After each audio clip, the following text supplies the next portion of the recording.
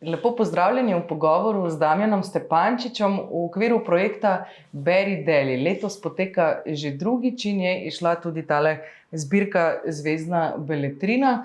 Torej ta projekt v bistvu podpira bralno kulturo v osnovnih šolah. Danes pa se nam je pridružil Damjan Stepančič, ki je tudi član strokovne žirije v letošnjem letu, sicer pa urednik in pa ilustrator. Živjo, Damjan. Lep pozdrav.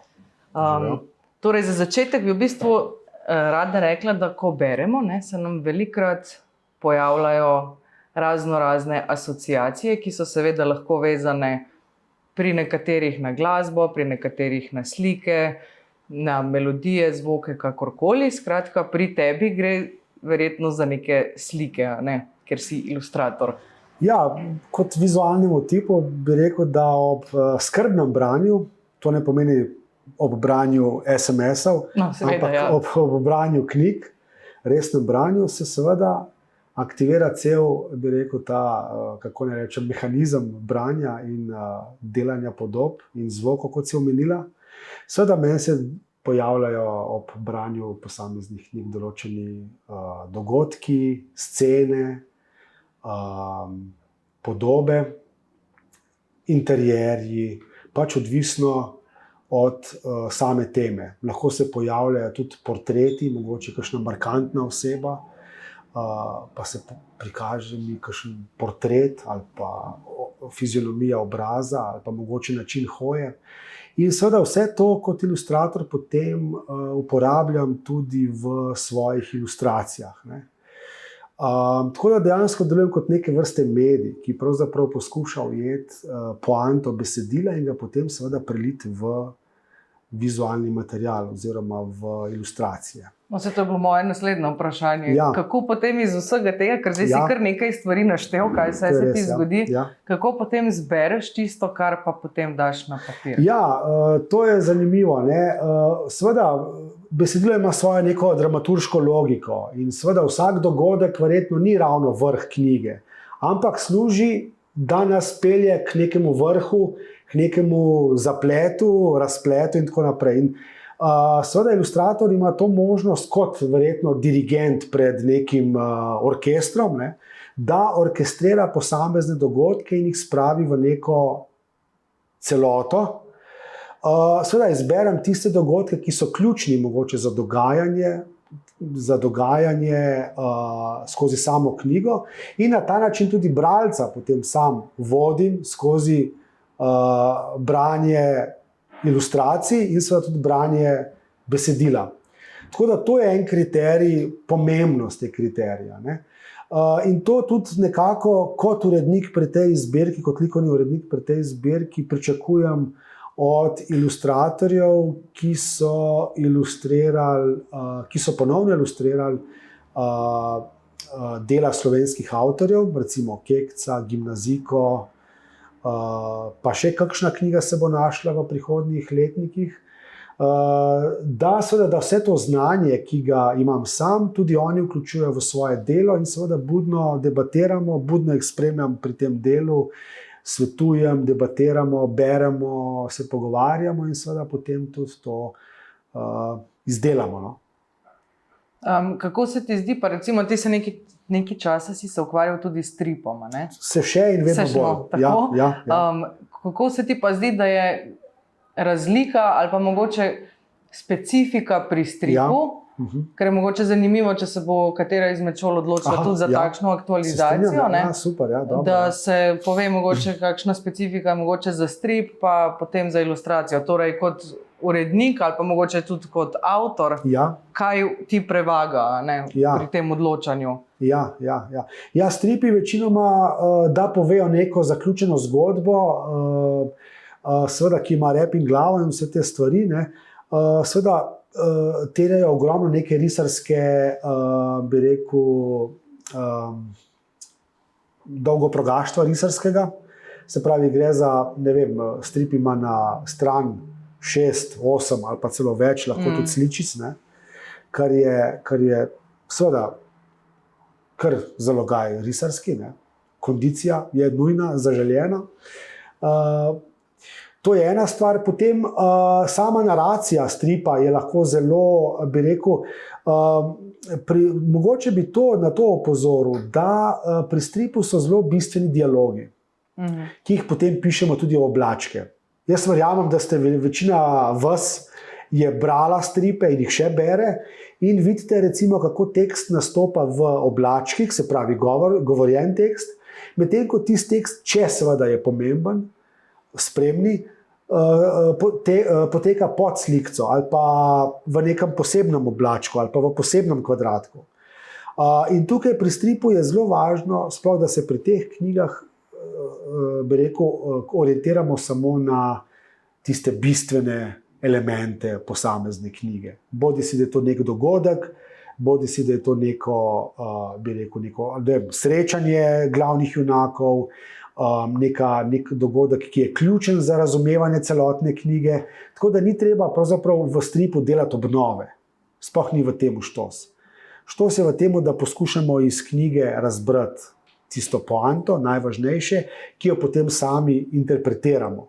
Niti ni nujno, da interpretiramo z glavnimi junaki, lahko jo interpretiramo čist kot neko svoje lastno občutje ob branju knjige ali pa neko lastno poanto, ki jo mogoče prepoznamo v knjigi, ne? Ki se nam zdi vredna jo upodobiti v stripu. Tako da to. Zdaj smo recimo se dotaknila stripa, ne? Ja. Seveda so možnosti za aktualizacijo zelo raznolike. Ja. Zdaj, ker tukaj sedi z mano Damjan, bova seveda malo bolj govorila o vizualni umetnosti, ampak seveda so dobrodošle tudi vse ostale aktualizacije.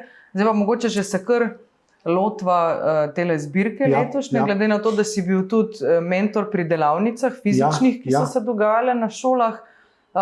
Me čisto zanima, mogoče kaj imaš za povedati o zbirki, pa mogoče tudi en del tega, kar si seveda na delavnicah v živo. Ja. Zdaj zbirka je, se pravi, sestavljena iz večine del tujih avtorjev in domačih. Moja ideja je bila, oziroma naša ideja je bila, da pri tujih knjigah in seveda tudi pri domačih uporabimo nabor ilustracij čim bolj starejših, čim bolj prvih izdaj. Praviloma so to knjige, ki so doživele več izdaj, več, bi rekel, likovnih interpretacij. Ideja je bila ta, da se mi vrnemo čim bolj nazaj v neko prvotno, prvo, če se le da, vizualno interpretacijo. Recimo pri Mary Poppins je že en tak primer, ki ima izjemno, bi rekel, zelo razširjene ilustracije, hkrati pa tudi ene od prvih ilustracij, ki so išle v povezavi s to knjigo. Ne. Namreč moja želja je vedno bila, da poleg tega, da bralcem ponujamo neko vrhunsko branje, ponujamo tudi vrhunski vizualni material, se pravi ilustracije. In te prve interpretacije risarske so dejansko zelo dobre. In če boste prebrali knjigo na koncu, sem kot likovni urednik tudi napisal neko krajšo spremno besedilo enostransko, ki pravzaprav je neka refleksija teh ilustracij, ki so noter objavljene, ki mogoče bralca navede na opazovanje, na skrbno opazovanje ali pa na neko branje ilustracij. Ker velikokrat, ko beremo v vsem tem, bi rekel, recimo naglici, ne, pa mogoče ilustracije nehote preskočimo. Jaz sem ravno želel opozoriti, da ilustracije tukaj delujejo kot enakovreden element te zbirke. Zelo važne so, recimo podobno je tudi, seveda pri vseh tujih, tudi pri Žilu Vernu, 20.000 milj pod morjem. Sicer te ilustracije so v naši, bi rekel, izdajateljski srenji že bile natisnjene, mi smo jih povzeli po tujih izdajah, ponovno skenirali, ponovno, se pravi, zakupili pravice in vse te zadeve, tako da je kvaliteta bistveno boljša, kot je bila recimo do zdaj, ko so jih do zdaj objavljali. Ne? To je ena stvar. Potem neskončna zgodba. Jaz mislim, da v neskončni zgodbi so samo ene ilustracije, ki se pravi, ki tako bogato in tako večplastno dopolnjujejo besedilo, da pravzaprav sploh ni bilo dileme, katere ilustracije objaviti. Ne? ker so dejansko delane zelo specifično za to specifično besedilo in enostavno mislim, da katerokoli izdajo boste šli gledati, tudi tuje izdaje Neskončne zgodbe so izključno samo opremljene samo s temi ilustracijami. In seveda tukaj ni bilo nobene niti bližnjice in dileme, kaj izbrati. No, za ostale dve knjigi, ki so pa domačih avtorjev, sem pa želel, da bi mogoče nekako osvežili to vizualno podobo Kekca. Sem zelo vesel, da pravzaprav sem pridobil Mihata Eriča, mladega avtorja, ilustratorja. Namreč in tudi bi rekel, po pogovoru skupnem sem si želel, da mogoče pri Kekcu izpostavimo neko drugo poanto branja besedila oziroma razumevanja besedila. Mogoče to bolj temačno, bolj neko... Ja, ker je, ne? Tudi bolj temačno. Ja, namreč Josip van Dort zelo bogato opisuje naravo, opisuje to alpsko naravo s temi raznimi brezni, grebeni, vrhovi. In zanimivo je, da ta pokrajina v marsikaterem odstavku ne deluje podalpsko poskočniška, ne? Ampak deluje na nek način kar grozovito. In znotraj te grozovitosti se dogaja neka precej resna osebna drama. In med Kekcem in Bedancem, recimo v tem primeru. Ne? In ta drama je, in seveda Kosobrinom tudi, ta drama je na nek način, ne vem, meni se ni zdela tako zelo lahkotna, kot je mogoče predstavljena v kakšnem filmu. Ampak gre bolj za neko resno branje. In želel sem, da ilustrator tudi resno razmisli o tem, da mogoče to resnost vključi v estetiko teh ilustracij. In mislim, da je to ilustratorju zelo dobro uspelo, da je dobil ta na nek način celo eksistencialen, na nek način napol pravlični, kar malo strahovito vzdušje, za vsemi temi jastrebi, potem strahovi, ki jih ima Kekec, tudi strahovi, recimo, ki jih ima Bedanec pred Sovo. Skratka, tudi na tem realnem in na tem simboličnem nivoju. To se mi zdi zelo važno, no? Da ta temačnost se mi zdi, da povzdigne to besedilo iz zgolj nekega dogodka, povzdigne na mogoče malo bolj arhetipski nivo ali pa bolj tak pravličen nivo. No? Pa neko čist drugo branje. Da, ne, ja, tako. No. To kot vse splošnemu Kekcu. Ne? Ja, tako, ker s temi filmi in s temi, bi rekel, ponarodelimi, bi rekel, skrajšavami besedila, ne, dobimo neko zelo tako splošno, površno v bistvu sliko Kekca. Ne. Tukaj je pa objavljen celoten tekst, seveda v nekem posodobljenem jeziku, kakor je to šlo, ne. S opombami, ampak vizualna podoba je pa popolnoma nova. In se mi zdi, da je mogoče na nek način nas usmerjati, kot si rekla, na neko pravilnejše branje. To se mi zdi zelo važno. No. Podobno je tudi pri gimnazijki. Nekaj starejši tekst, ki pa seveda v svojem bistvu še vedno zelo aktualen. Ampak se mi je zdelo, da tudi zato, ker ga probamo na nov način, bi rekel, predstaviti bralcem, zasluži tudi nove posodobljene ilustracije. Tako da tudi moram reči, da sem se jaz v delavnicah večinoma bolj z gimnazijko ukvarjal in seveda pravzaprav nisem toliko govoril o sami temi, ki je izvorna tema te knjige o mladostniški nosečnosti in temu, ampak se mi je zdelo zelo važno, neko zelo važno sporočilo ima ta knjiga in to je, da o stvareh, ki se nam dogajajo, pa ne gre tukaj samo za nosečnost, gre mogoče tudi za druge frustracije, ki so danes izjemno aktualne in prisotne, pa se takrat v tistih časih starejših o tem niti ni govorilo, da se o teh zadevah govori, da se sporoča, da se o njih razpravlja, da se o njih kritično vrednoti, da se jih, če je to seveda potrebno in nujno, tudi naslovi, ali pa da se jih ne vem, celo kritično naslovi. To mi je bilo zelo važno, da na ta način opremimo recimo učence, zadnje triade in seveda tudi dijake pravzaprav. Tako, da to, jaz se pravi pri tej knjigi poskušam razširiti to polje nekega zavedanja, nekih notranjih dialogov, nekih tesnob, ki se sprožajo v posamezniku in seveda, da jih potem ustrezno tudi naslovi in poskuša tudi s pomočjo razrednika, staršev, ne vem, sošolcev tudi razrešiti. To se mi zdi glavno sporočilo mogoče te knjige za danes. Kakšne so bile pa smernice tvoje pri delavnicah? Ne, zdaj vem, da je seveda to drugače, ker sediva za mizo in ni otrok in šole in tako. Ampak verjetno lahko daš za vse, ki bodo to gledali, neka splošna navodila pri aktualizacijah takšnih ali drugačnih. Kako se v bistvu lotiti tega? Ja, jaz mislim, da je več poti. Zdaj pri gimnazijki sem omenil mogoče eno pot, ki se mi zdi taka, ki zelo nagovarja mlade, ki je zelo komunikativna in seveda jih ravno tam ujame, kjer sigurno lahko imajo kakšno, bi rekel, težavo. To je recimo konkretno za gimnazijko. Mogoče pri Kekcu, ki je mogoče bolj fiktivna zgodba in kjer ne moreš ravno naslavljati nekih konkretnih problemov današnje družbe, je mogoče ravno ta stik mogoče z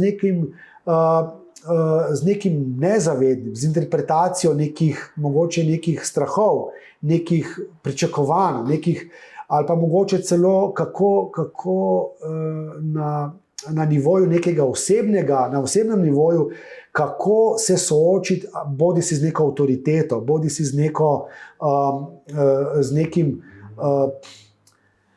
neko energijo, ki te mogoče presega, ali pa z nekimi, ne vem, v šoli se to dostikrat zgodi, kako bi rekel, požreti nekoga, mislim, v narekovajih seveda, s katerim se ne strinjaš, ali pa ki ti povzroča probleme. Verjetno ni, bi rekel, rešitev v tem, da ga ignoriraš, ali pa da pobegneš, ali pa da, ne vem, ga zašpecaš. Ampak mogoče je odgovor ravno ta, kako najti nek skupen, bi rekel, modus, kako sobivati, pa hkrati puščati neko zamero ven, stran od tega, pa nekako, bi rekel, sobivati skupaj na nekem dosti takem tolerančnem nivoju.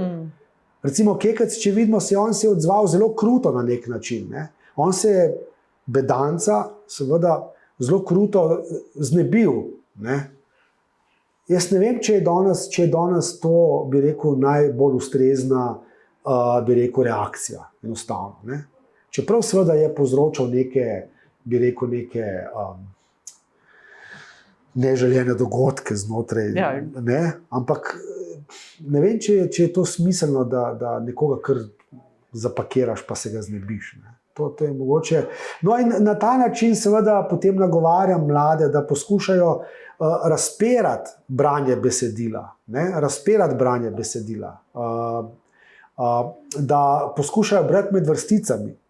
Ne gre samo za striktno, da poskušamo, bi rekel, narediti obnovo teksta, ampak in ga seveda dobesedno, ampak ga poskušamo razumeti. Razumevanje pa ne pomeni, da ponavljamo. Razumevanje pa pomeni, da poskušamo razumeti neke notranje zakonitosti, logiko teksta in tako naprej. No, pa verjetno so tudi zelo pomembne asociacije, ki se bodo zgodile vsakemu učencu pri branju. Nujno. To so pa na začetku govorili o teh slikah, ki se lahko pojavljajo. In seveda asociacije, razne analogije, ne vem, preneseni pomeni, vse te zadeve so zelo važne in so zelo zaželjene pri interpretaciji oziroma aktualizaciji teh besedil. In seveda ni treba niti iti skozi celo knjigo, mogoče izberemo dogodek, dva, ki se nam zdita ključna, tako kot ilustrator dela, kot smo rekli. Ključni dogodki, ki so mogoče značilni ali pa ki nas posebej nagovorijo, ali pa posebej sprožijo neko debato, ali pa neke slike, neko zadevo. Ali pa tema, verjetno. Ali pa tako, ali pa neko povzročijo neko temo, karkoli.